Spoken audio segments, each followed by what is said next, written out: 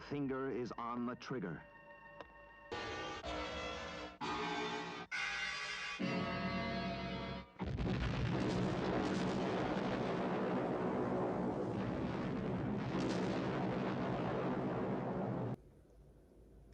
Buckle up, guys. This is going to be a really dark one.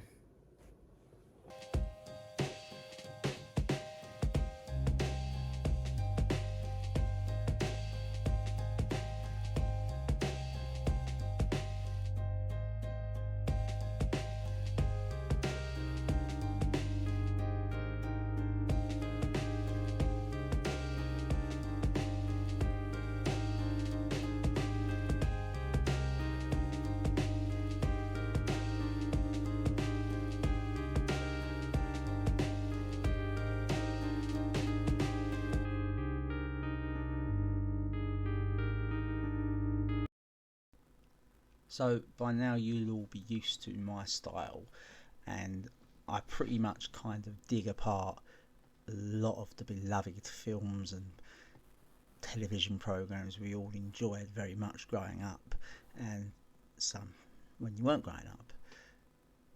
I don't intend to pick apart Captain Scarlet and the Mysterons. I really thoroughly enjoy the program, and I think it's an amazing achievement that somehow over 30 years after it was produced originally and aired originally, it found new life and became relevant again in the 90s, and then done it again like 10 years later in the early 2000s, like for a group of even more younger children. It is an exercise in brilliance. It's also really worth trying to remember with all Gerry Anderson stuff is that he was never ever patronising to the child that was viewing his shows. He treated children with the respect that they deserve in terms of their intellect, because they're not silly. If you're not being your true self and you're not giving them the full facts, they will see right through you. So Gerry Anderson was great at that, and that's possibly a reason behind a lot of the adult themes in the programme. So in brief, Captain Scarlet and the Mysterons is a television programme from 1967 that is ostensibly about a normal man who, under the most shocking and bizarre circumstances, ends up being taken over by an alien force and being made to do their bidding during the first episode. However, during that first episode, he is gunned down and killed by a colleague out in an act of desperation because he had the world president as a hostage. He falls 800 feet to his death, or is it 500? Can't remember. And at the end of this episode, we learn that because of the nature of the way his body was cloned or duplicated by this alien force, the Mysterons, he's now indestructible. He's not impervious to bullets or poisons or anything like that, but what will happen is he will make a complete and full recovery within a few hours from this. It's been postulated in later media and some fan fiction that he may actually be impervious to the effects of alcohol, per se, and he also may find it unnecessary to eat or drink, or in actual fact to sleep like a normal person does, because he does seem to get up to a lot of his shenanigans late at night when everyone else is akip. But the overarching theme of Captain Scarlet and the Mysterons is one of darkness, and it ostensibly exists in a near future, like as one of the producers and one of the special effects guys actually said whilst interviewed, he described it as the day after tomorrow. So hence the technology and the vehicles, the fashions, they all seem vaguely familiar because we've seen them before. But the theme of it is very bleak and very dark. It's far too dark for this to be described as what I would call an outright children's program. It's not a children's program per se. Thunderbirds, should we say, was a children's program what the adults in the room could enjoy greatly, and we still do. As a grown-up, I thoroughly enjoy watching the Thunderbirds with my children, and even the latest stuff they've made, like Thunderbirds Are Go and programs like that. But Captain Scarlet and the Mysterons, to me, strikes me as a program that is made for adults, but the children in the room can enjoy. And I'm going to attempt to argue that here, like that, in this video. Probably not very well, because I'm rubbish at arguing. You ask my missus, she wins every time I have an argument with her. But before I start this, I'm going to ask you to put it in the comment section below. Actually, did you realise just how dark Captain Scarlet and the Mysterons could actually be? Or is the bleakness of the programme done subtly? Is it hidden behind the colourful, bright children's aspect of the programme well enough to it to be a sort of subconscious darkness? Or is it, do you think it's in your face? I mean, I personally think it's very, very in your face. So Gerry Anderson produced this programme in 1967, and it was directly after the Thunderbirds had finished production. I think they just wrapped on the first Thunderbirds movie. I know from watching documentaries and listening to Jamie Anderson's podcast, the Anderfans podcast, which you should really check out actually if you're into this sort of thing. It's full of just absolutely great information. That Gerry Anderson was really looking forward at this point now in his career. He was saying to Lou Grade, look, I am ready now to start directing real people, not marionettes. So I think a lot of the adult themes in the programme had one eye on this fact. I think they was trying to prove that they could make drama for grown-ups to watch and enjoy, not just children. And my God, did they do it well. Absolutely, it's outstanding. Some of the drama in this, some of the acting performance in this programme are brilliant. So I just want to start to dig into a little bit of the darker themes of this programme. And there are lots of dark themes, but there are lots of light themes as well in the programme. But I mean, let's look at the villain of the piece for this one. I actually would say that this is the first instance of a Gerry Anderson Supermarionation programme actually having really chilling and grown-up villains in the form of the Mysterons. Now, these Mysterons you never see, you only hear. The only physical sign of them is you get to see these Mysteron rings appearing every now and again. But they are...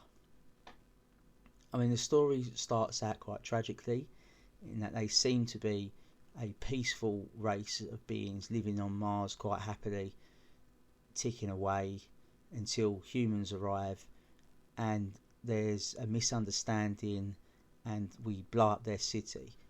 But due to the nature of their powers, they can actually reverse all the damage and regrow the city in minutes and recover. But from this moment on, there's a certain unyieldingness from them. You never ever, they won't yield. They mean business. Their aim is to wipe out all life on Earth, and they're conducting a terrorist campaign in order to achieve this goal initially. And these terror plots, actually, it's the mundane ones that are the most gripping, the most dramatic. I mean, the first one, they kidnapped the world president, and way back in the 1960s, we actually see a depiction of a suicide bombing. Captain Scarlet has him in an aeroplane, and he smashes his face in and he breaks his nose, and you see the blood and you see the gore from that. They are really a chilling villain. And again, they are so utterly unyielding. Like, Spectrum attempts to make peace with them on several occasions. It attempts to contact them. It attempts everything in its power. The humanity, the forces of humanity try and explain what's gone wrong, explain their sorrow, and they ask for peace with them. And the Mysterons will not yield. And that to me makes them truly chilling. Digging a little bit deeper though, I mean, as a science fiction fan, looking at the Mysterons as a character, I always suspected that they were damaged by what happened to them on Mars. I actually thought, from even as a child, I thought that these was like a computer system or something that was left behind on Mars by an actual race of beings called the Mysterons, and it had just been left there so long it sort of developed sentience and whatnot from that. But I actually think that they were damaged by Captain Black's attack on them, and that's why they don't seem to be able to grasp the reality of the situation and the tragedy of the situation, and that this was an accident and it was a misunderstanding and a miscommunication, and committing an act of omnicide, for want of a better way of putting it, because they want to wipe out all life on Earth, is not actually an ethical way for an advanced spacefaring civilization to behave. They've got an agent on Earth who was the commanding officer of the Zero-X mission to Mars that actually attacked them in the first place. He's the one that pulled the trigger, Captain Black, and he's quite a tragic character in his own way, because he made the mistake on Mars. On Mars, they take him over. There's like, no, they zombify him. He has no will of his own. You're led to believe, again, in more tragic circumstances, that underneath all of this, underneath all the evil shenanigans he gets up to, and he is evil in it. Remember, this is a children's program, and there's a certain lack of any shades of grey here. He is Captain Black, mate, with a capital B. He is dark and evil.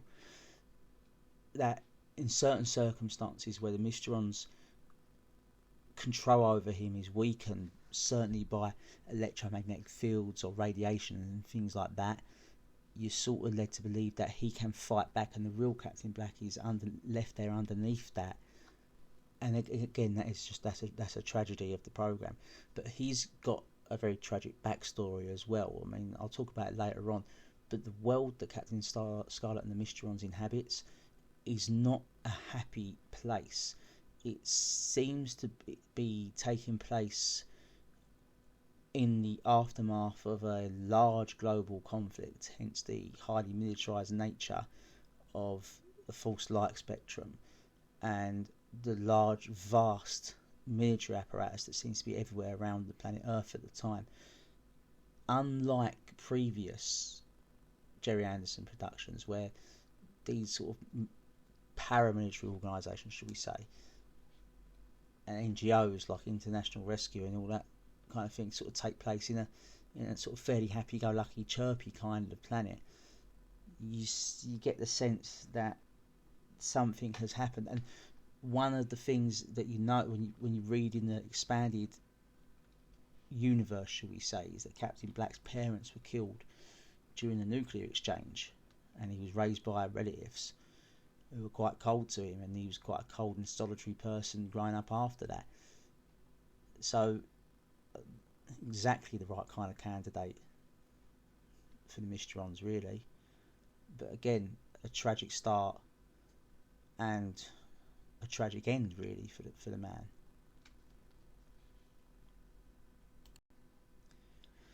So the Mysterons exert their will by a process they call it. They euphemistically call it being taken over by the Mysterons. But it's quite clear it says it in the opening credits, they must destroy first. So they will kill in cold blood. And Jerry Anderson literally pulled no punches with this. You would see how the murder was going to happen. The tension will be racketed up until this murder.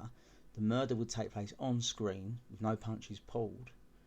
And then after the murder would happen, in varying different gruesome ways as well, whether it be being crushed up against a ceiling in a car, being reversed over in a car, outright gunned down by Captain Black, having a load of rubble fall on you while you're trying to put out an oil fire, being run over by an SPV, or any way they could possibly imagine.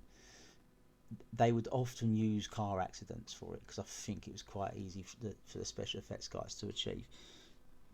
But once the Mysterons had killed you, you then see the Mysteron rings, and they will there'll be a panning shot over the wreckage, and within that wreckage you'd often see a bloodied and mangled puppet body being dragged into sort of cover and out and sort of being buried sort of thing by the doppelganger, which is an exact likeness of whoever they've killed, which is quite chilling for a children's program. The thought that anybody you know and love could be taken over by this alien force and reprogrammed and brainwashed to carry out the evil bidding of this evil, nefarious external force. I mean, it's almost like the program was made during the middle of the Cold War, isn't it? I'm sure there's going to be an allegory there for communist infiltration and whatnot going on.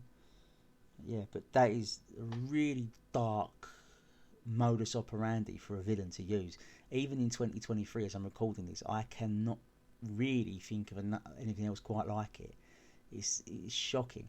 And the fact that it was displayed so graphically and pulled no punches, again, is a testament to what I was saying a moment ago, the way that Jerry Anderson would not patronise children. And again, it's a very grown-up and mature theme. And it wouldn't just be people that this would happen to, neither. They would do it to any vehicle that they needed for any nefarious plot. Say they needed to crash something into Cloud Base, they'd blow it up in outer space, take it over, and then they'd just pilot it in towards Cloud Base. And you'd see the inside, the panning shot, the inside, it'd be completely empty, but all the controls would be being moved on their own, without human input. It's like completely, it's a Mysteron machine now. There was an episode actually which is absolutely shocking when you think about it. I mean, there was that they needed an aeroplane to crash into another aeroplane at an airport. So, in typical Jerry Anderson style, they took over an aeroplane and they crashed it into the sea. But the thing is, again, Jerry Anderson would not hold back with this sort of thing. So his aeroplane would have been carrying like 3,500 people, travelling at 5 times the speed of sound or something like that. It'd have been like 5 times the size of like an A380 or something like that, ridiculously big. And they killed everybody on it. They crashed it into the ocean, into the Atlantic Ocean, and took it over. And then they replaced it with a doppelganger plane, which was completely empty, spooky, like it was being piloted by ghosts. And this wouldn't just happen to civilian craft neither. You'd think you'd be safe. You'd think, oh yeah, great, the Angels are coming in to save the day now, or the Spectrum helicopter's coming in. And then you're only to realise that, actually no, that Spectrum helicopter is shooting at our heroes because it's been taken over by the Mysterons. They was always doing things like that. Or they was doing things like opening up a tap on an oil rig and blowing it up and killing everybody on it. And things, but without any physical presence. You'd only ever see those Mysteron rings there. Very dark, very mature themes there. They would also do this with a lot of violence as well, I might add. So again, I mentioned before, like, so there were episodes where you'd see Captain Black squashing a car mechanic, an innocent bystander car mechanic could be squashed up against the ceiling of his garage, or this innocent bystanding scientist would be killed by her own viral creation or something. But you'd often see Captain Black committing acts of violence. You'd often see him randomly gunning people down, or using them until he finished using them, and then saying, "Oh well, you've served your purpose now," and then shooting them. I saw an episode where he crept up behind a night watchman and strangled him to death with these sort of robotic arms, sort of thing. There was that level of violence there that would always happen during the scenes where they was being taken over by the Mysterons. But there was also violence levelled at the heroes quite often and quite brutally. I watched an episode of it a few days ago, and Captain Scarlet was in charge of the close protection of a military officer, high-ranking military officer. And of course, the Mysterons have taken over one of the closest men to him, and he's replaced the data bank on a tank, and the tank's trying to blow him up. So Captain Scarlet's trying to get him out of there in a Spectrum pursuit vehicle, which we will talk about, because bloody cool. And he knows the only way to do it is to eject them both out of use the ejector seat. So he ejects the general out, and the villain, who's been taken over by the Mysterons, callously remarks like, "Earth man, you won't ever win," sort of thing, and unloads a full clip into his guts. And you don't just see the gun going off in the hand, you see the aftermath of that. You see Captain Scarlet slumped there in his chair with blood coming out of his guts, with blood coming out of his mouth, and he gets ejected out of the Spectrum pursuit vehicle. And yeah, he takes that death, but he's always getting killed. And yes, okay, so he is indestructible, but it's never ever touched upon on whether it hurts him to be killed. It looks painful whenever he's killed. It looks it. I mean, this man, if he's burnt to death, he's going to feel it as he's burning alive. If he's shot to death, he's going to feel those bullets hitting his vitals. If he ingests a poison, he's going to feel the pain of that. Yeah, he's going to die and he's going to recover, but that's still going to be a trauma for him to carry. And the unfortunate thing though about it is that I actually don't think he's the most heroic member of Spectrum. He's often putting himself on the line because he knows he's indestructible. But he doesn't know how indestructible he is. He doesn't know what the limits are to this. I mean, later on in the series we learn that Mysterons are vulnerable to electricity, and they're also invulnerable to X-rays. So you can't penetrate them with an X-ray. It comes up as a normal photograph. But the problem with this is, now we know that Captain Scarlet has got this weakness. So there is an element of heroism to this, yeah, because he doesn't know whether he's going to actually recover. But at the same time, he's got a colleague with him most of the time, or two colleagues in some cases, or more. And they act as heroic as he does. Captain Blue often lays his life on the line. Lieutenant Green goes out on missions with them, and he's great. Lieutenant Green is really underrated as a character. He really is. He shows a lot of character and a lot of development and growth throughout the series, but he's every bit as heroic as Captain Scarlet, and Captain Blue is the same as well. Yet they're not indestructible. So the Mysterons actually want to conduct what they describe, and what Colonel White describes as, a war of nerves against humanity. Well, Colonel White describes it as a war of nerves. In actual fact, the Mysterons want to destroy all life on Earth. Not an easy feat, I suppose, but still, hats off to them for trying. And it actually takes the form of like a terrorist campaign throughout most of it. They seem to be quite, when they're on the defensive, whenever Spectrum kind of like wants to strike back and whatnot, they're quite proactive in that they won't let Spectrum like take photographs of Mars, for instance. And again, they'll be quite brutal with that. I mean, in this particular episode, actually, what I'm thinking of is the episode where the Spectrum works out they can use electricity to kill the Mysteron agents. They take over Captain Indigo, and he attempts to crush them underneath a house that lowers slowly. Squash them to death. And then later on in that episode, when they've got him cornered, they've got him shot through, he ain't no harm to no one, Captain Scarlet just zaps him with a Mysteron gun. Bearing in mind that this man has been a friend and colleague to Captain Scarlet for many years at that point. Takes no prisoners. Again, with the dark and grown-up themes.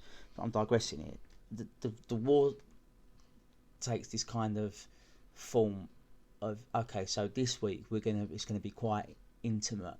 We're gonna kill the dictator of such and such country, which I'm going to touch upon that later on in it. And they'll do that, and that's what the episode will be about. It'll be an intimate story of Captain Scarlet and Captain Blue acting as bodyguards, trying to thwart this plot, and it'll be like a police procedural almost of them trying to work out what Captain Black is up to next, kind of thing, and how this murder is going to take place. Other episodes will be like, we're going to poison the main reservoir for Los Angeles and kill 7 to 20 million people. Again, good episode, actually. It's thematically very on point for where it was in the 1960s. But again, I always feel that the kind of smaller stakes episodes, the more cozier the episode, the better they were. But yeah, that's what the Mysterons would get up to. They would, for instance, kill a lab assistant who was working somewhere in some high-end bio lab.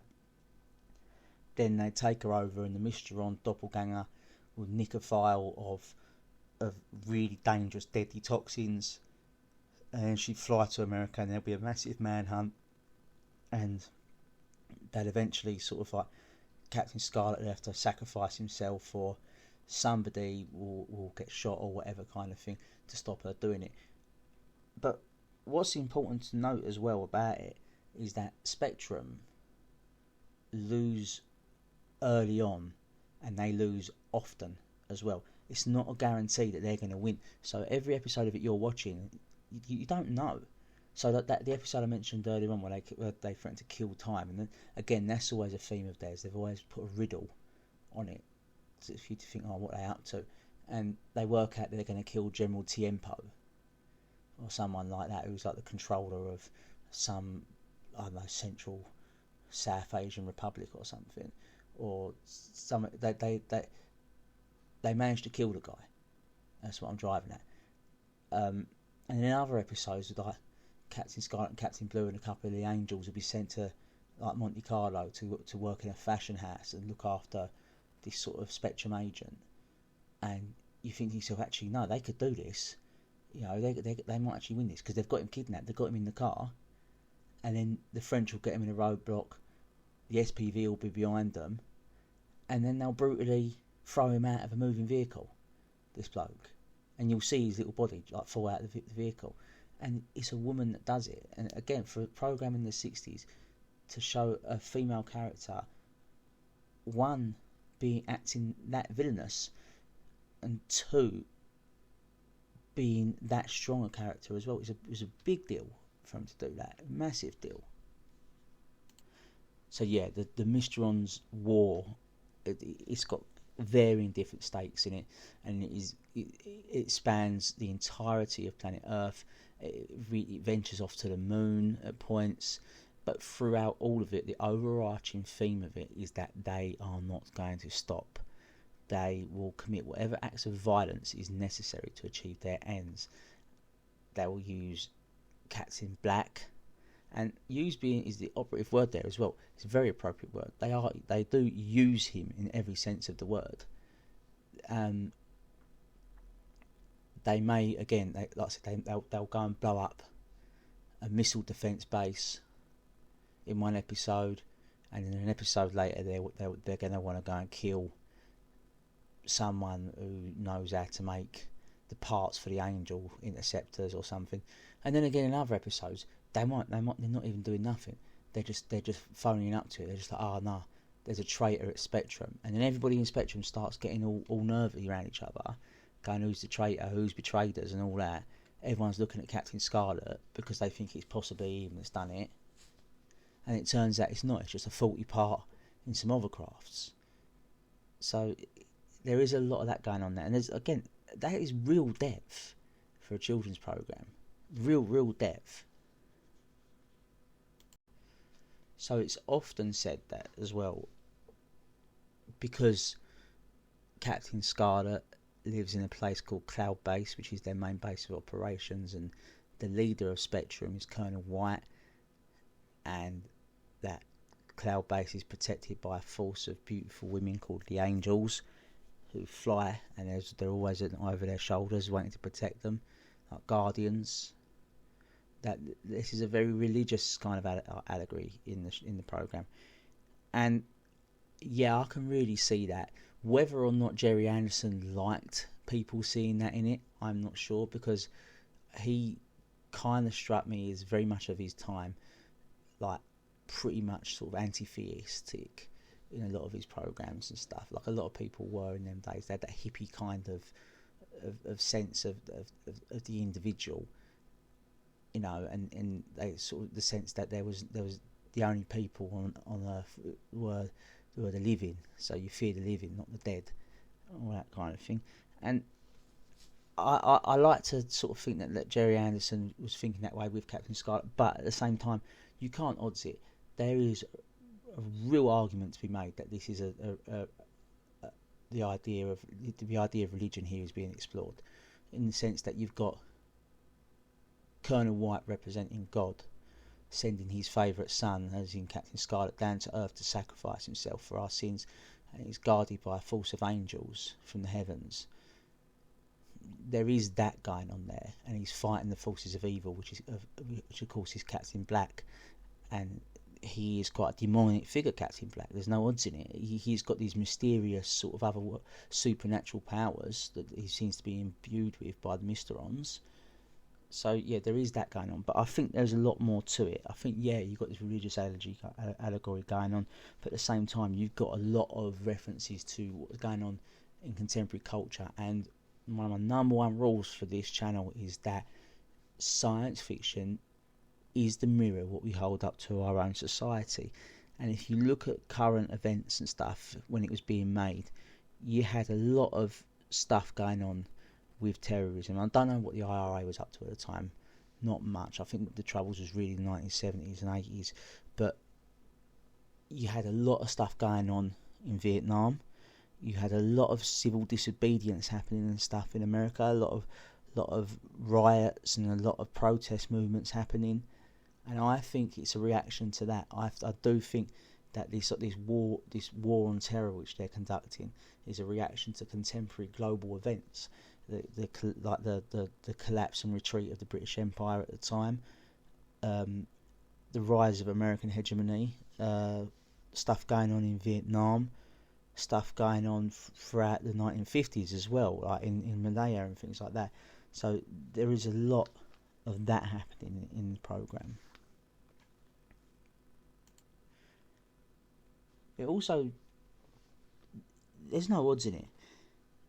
This is one of the darkest aspects of this program is the world that it inhabits. I mean, I touched on it earlier on with Captain Black's backstory, but it's actually meant to take place after a Third World War and after another European nuclear exchange that went on for like 8 years or something, and then the subsequent fascist junta that took over the British Isles at the time, and then subsequent from that civil war that happened in the UK at the time.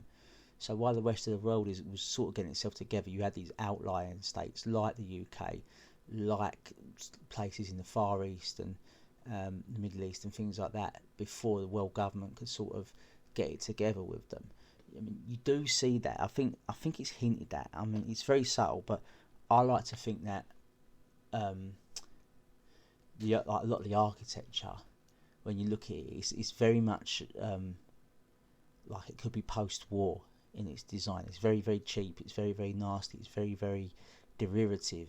Like there's no beauty in the cities that you see. There is no beauty in Captain Scarlet and the Mysterons.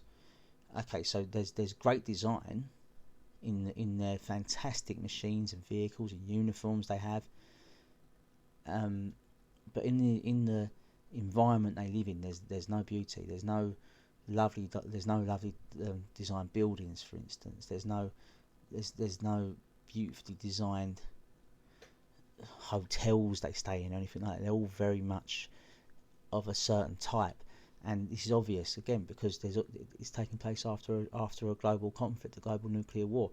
Everything's had to be chucked up really quickly and really cheaply, and I think as well, from what I can make out, they're living in quite a depopulated world. And there's episodes of it where they're in like cities late at night. I'm not being funny. This is in 2023, as I'm recording this. I'm recording this at like 1:30 in the morning, and I could walk out my front door now, and it would be like, I don't know, like 3 o'clock in the afternoon. There'll be so many people about. Like it's a Sunday as well, but London is a busy metropolis 24/7, but it's not always been like that. When I was a little bit younger, it was a little bit less busy. But when I talk to my father and I talk to my grandfather and things like that, they remark that they could walk from, like they could leave the pub late at night, and we're talking like, you know, chucking out times in the 70s and 80s was like, you know, half 10, 11 o'clock at night. And they could walk home and not meet a soul. And it's purely and simply because there were just less people in the world 40, 50 years ago. And I think this is what's happening here. There's episodes of this where they're travelling through the streets of London, streets of New York, streets of Paris, Monaco, whatever. And don't get me wrong, I know there's practical reasons why you don't have like 3 dozen puppets for every square inch of screen. Like when you're doing this, I know it was practically impossible for them to achieve that. But at the same time, I think that's very telling. I think they are living in a depopulated world, and they're recovering from a very great tragedy in this world. And again, with the exception of their fantastic vehicles, they're living in a world devoid of beauty, and that to me is really sad.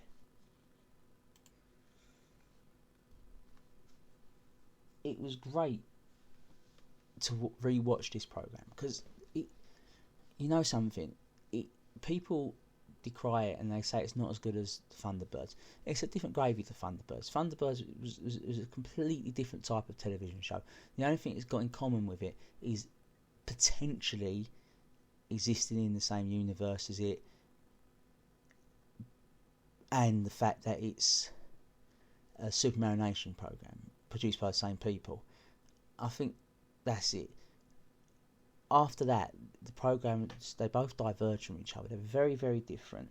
And yes, Thunderbirds was just amazing at ramping up tension. Like, even as an adult, I could sit and watch an episode of that and look as like a rope starts fraying, or a timer goes down on a bomb or something like that, and my heart will start going. But Captain Scarlet does it as well, and Captain Scarlet does it well. It does it as good as Thunderbirds. It also, I think, does characterisations a lot better than people give it credit for. When you dig at the Thunderbirds and other Jerry Anderson stuff, the characterisations are fairly poor. I mean, we've all got our favourite Thunderbird, we've all got our favourite Tracy brother, haven't we? But really, the only Tracy brother with any real personality was probably Alan. So yeah, whereas Captain Scarlet, he's surrounded by a cast of other characters that are filled with personality. In actual fact, they've got more personality than he has. I certainly think Ed Bishop acted him off of the stage in every scene he was in with him. Captain Blue was just absolutely great. Again, Lieutenant Green, brilliant, full of character. Colonel White, again, brilliant. All the angels, brilliant. But even like the side characters, like Captain Magenta. And Captain Magenta's meant to be like a New York mobster, like gone good, faked his own death from Joint Spectrum because they realised they needed someone a little bit dirty and a little bit snidey like that to join them. Captain Indigo, again, loads of character, and they'd all seem to sit round on Cloud Base, and their characters would shine through. The Marionette's characters, without them saying a word, they'd show a lot of character. So it is very much maligned in that sense, but I do think people are wrong about it. I do think it is definitely far superior than it's given credit for. And we mustn't forget as well with this is that although I'm arguing that it's a grown-ups program that kids can enjoy, let's face facts here, it weren't ever going to be a Jerry Anderson spectacular without those beautiful vehicles that they use. I mean, the SPG is just absolutely fantastic, and you do get excited when you first see it in the first couple of episodes, partly because they hide them so well. They've got really imaginative ways of hiding them. I mean, I don't stick to that for too long. I mean, by the end of it, they're just hiding them in like lock-up garages and things like that. But at the beginning of it, they're hiding them in like piles of logs and inside trucks and things like that. And they're absolutely great. I mean, the colour of them are brilliant. They're like hydrogen-powered, like super 200 mile an hour plus supercars. They're actually like armoured personnel carriers as well. And I'll give you a little secret actually. My dad used to be a cab driver, used to be a London taxi driver. And London taxi drivers have got these, London taxi cabs have got these jump seats that face backwards. If you're a little kid, you get in them seats and your dad's driving you around London, mate. In your head, you're driving an SPV because you're facing backwards. And I still can't sit in one of them to this day without sort of thinking, am I in an SPV? They're great. And the idea of that actually came from Jerry Anderson, and sort of seen that perhaps in the future aeroplanes will be designed with the seats facing backwards like that, so that the force of any impact was taken up by the seat, which makes sense, But absolutely, I mean, I love the SPV. It's great. I know for a fact my dad loves the saloon car the best, the red Spectrum saloon car, which I think is pretty cool. But the SPV, to me, I love the colour of it. I love that grey, bluey kind of colour. There's that. There's the Angels, which they look far out futuristic with their sort of I think they're called canards or cunards, whatever. Those little winglets on the front of it. Really futuristic, and they look like it's that case of if it looks right, it'll fly right, and that's important when you're designing aeroplanes. But when you look at it from certain angles, you can see those sort of inverted wingtips on it. And if you used to twist them up the other way, with those squared off air intakes, it could be an F4 Phantom there, you know what I mean? So you can sort of sense this kind of real world design lineage to it. And that was because of the brief that the designers were given. The special effects men were told, like, this isn't the far future, this is the day after tomorrow. So it is sumptuously put together in that sense. It looks beautiful with these models. The marionettes they're using, the puppets, are far more advanced than the Thunderbird's puppets. The scale of their heads is directly in proportion to their bodies, and there is a sort of difference in opinion amongst the fanhood, as far as I can make out, as to whether that's a good thing or a bad thing. I actually think it's a good thing. I think they're charming in their own way, in like a different way to the Thunderbird's puppets. There's that with them. There's like Cloud Base is just absolutely out of this world. I mean, if it was any more colourful, I'd be sick, to be fair. But I'm watching it as a grown-up. If I was a kid watching it, it'd be great. It's very psychedelic looking, and it's an amazing concept. And we've seen it again with the Avengers and everything like that. So yeah, I've really enjoyed looking at all this sort of tech. I mean, like the moon taxi they use in it, that jumps. What a bizarre idea! Who thought of that? Boy, how brilliant though! As a kid watching that, you'd have got. As a kid, you watch that and you go, oh yeah, I see how that works. Yeah, that works. Yeah. You know, as an adult, you're like, Jesus Christ, what am I watching? But yeah, absolutely, I love the tech of it. I love the look of it. I love the uniforms. I love the colour of the uniforms. I love the specialist vehicles and weapons they use. It is a Jerry Anderson classic in that sense, almost cliched in that sense, but it's still fantastic. So as I explained earlier on, Jerry Anderson had one eye on making UFO. At the end of this, he'd never had a sequel series apart from Thunderbirds. He'd never been tasked with making a sequel or a second series to any of his Supermarination programs, so he knew that was it. So he just went to Lou Grade afterwards and was like, "Look, what do you want next? I think I'm ready to start directing people." And Lou Grade was like, "Yes, go and do that." And he went and made UFO, and I will do a better video than this about UFO. And after that, he went on to Space 1999, when I will make a better video than the one I'm going to make about UFO, about that. But as it stands at the moment, I'm talking Captain Scarlet. So that was it. So Captain Scarlet ended sort of, the last episode of it was a clip show, and again, in typical Jerry Anderson style, they could make these marionette shows, which they're so charming to watch. It's such a different way of telling stories with puppetry, and the special effects, Derek Meddings and everything all coming together and they work beautifully. And there's something quintessentially British about it, and there's something quintessentially just completely unique about it. I don't think I've seen anybody else in the world make television like that for that brief, like the way they was making it on ITV in the 60s for that brief 10-year period. But yeah, it ended on this clip show, and this clip show was like, it was like the bloody Icarus file. It's like, again, so he's subverting your expectations. He's made a little clip show, but there again, he's made this really good clip show, which is like a bloody spy film. So it ends poorly in the grand scheme of things, but very well executed ending to it. And I think that's a shame. I think they could have had another series of it, and they could have explored more. They could have explored Captain Scarlet's limitations more in terms of how powerful he actually was and what his capabilities were.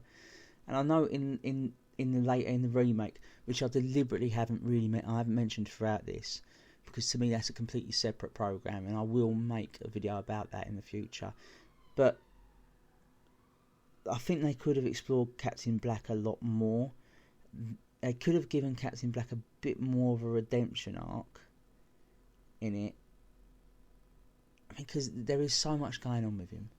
I mean, I often, as a kid, used to watch him and I see that grey pallor of his, and even as a kid I used to think to myself, it's because he's resisting, it's because he knows what he's doing is wrong and it's making him ill. So that's why he's got that grey pallor to him, and that's how my child logic worked with that, and I still stick to that now. I think it's quite a sweet way of looking at it.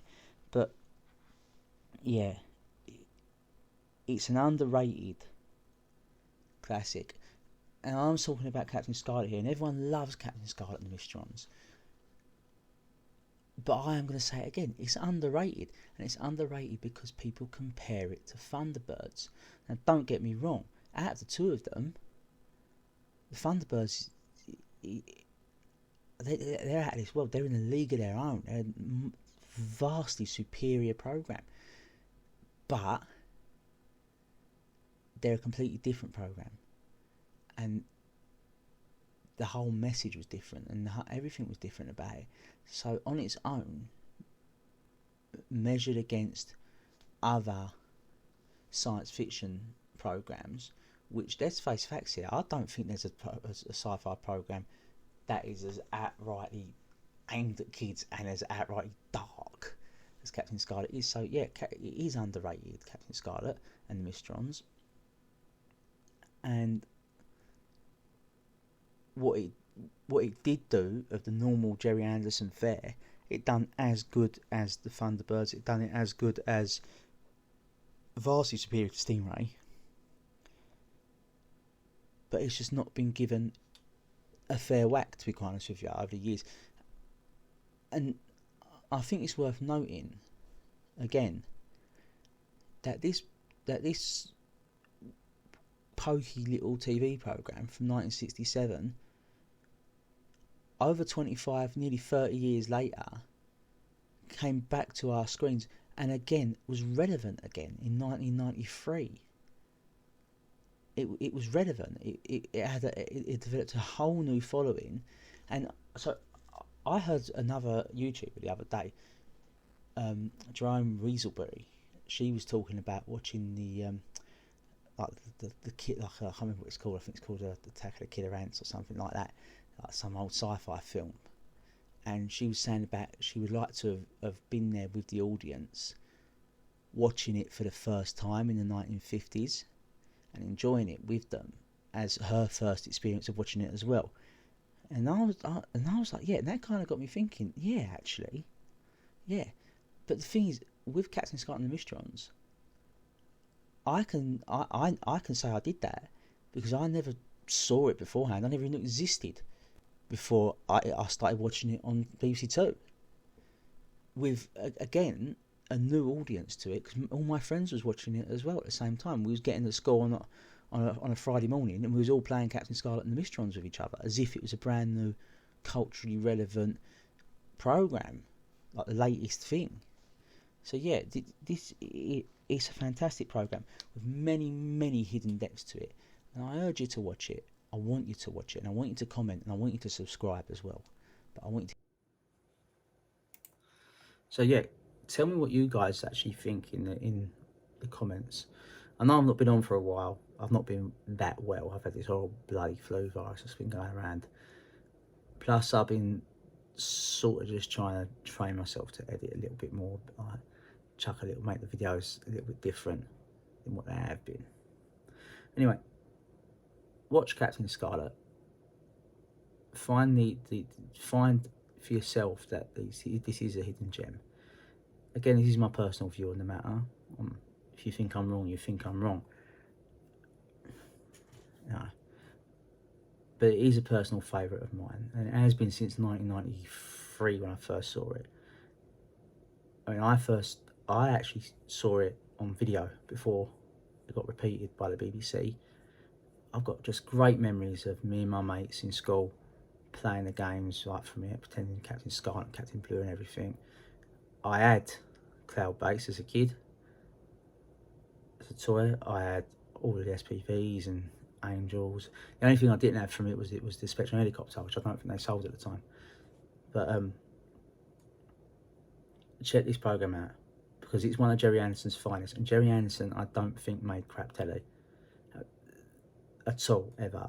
I think he made poor episodes of television, but I think he was part of a generation of television writers and producers that were just brilliant at creating these universes. And they had the bottle to do it, and they had the money to do it as well. So this is a lovingly made, beautifully designed, well acted program for adults and children alike to just thoroughly enjoy. And again, watch it at face value and just enjoy it at face value. Do a little bit of digging, there's stuff there to be found. This is a hidden gem, especially I suppose if you're watching this from America as well, because I don't think it ever had the traction in America. I mean, Thunderbirds never had no traction in America, but this did. And there's plenty of stuff to dig into the background. There's an entire universe to dig into on this. That you can really geek out on this. There's so much going on with it. So yeah, watch it, enjoy it, and let me know in the comments what you think about it. And give us a like and give us a subscription as well.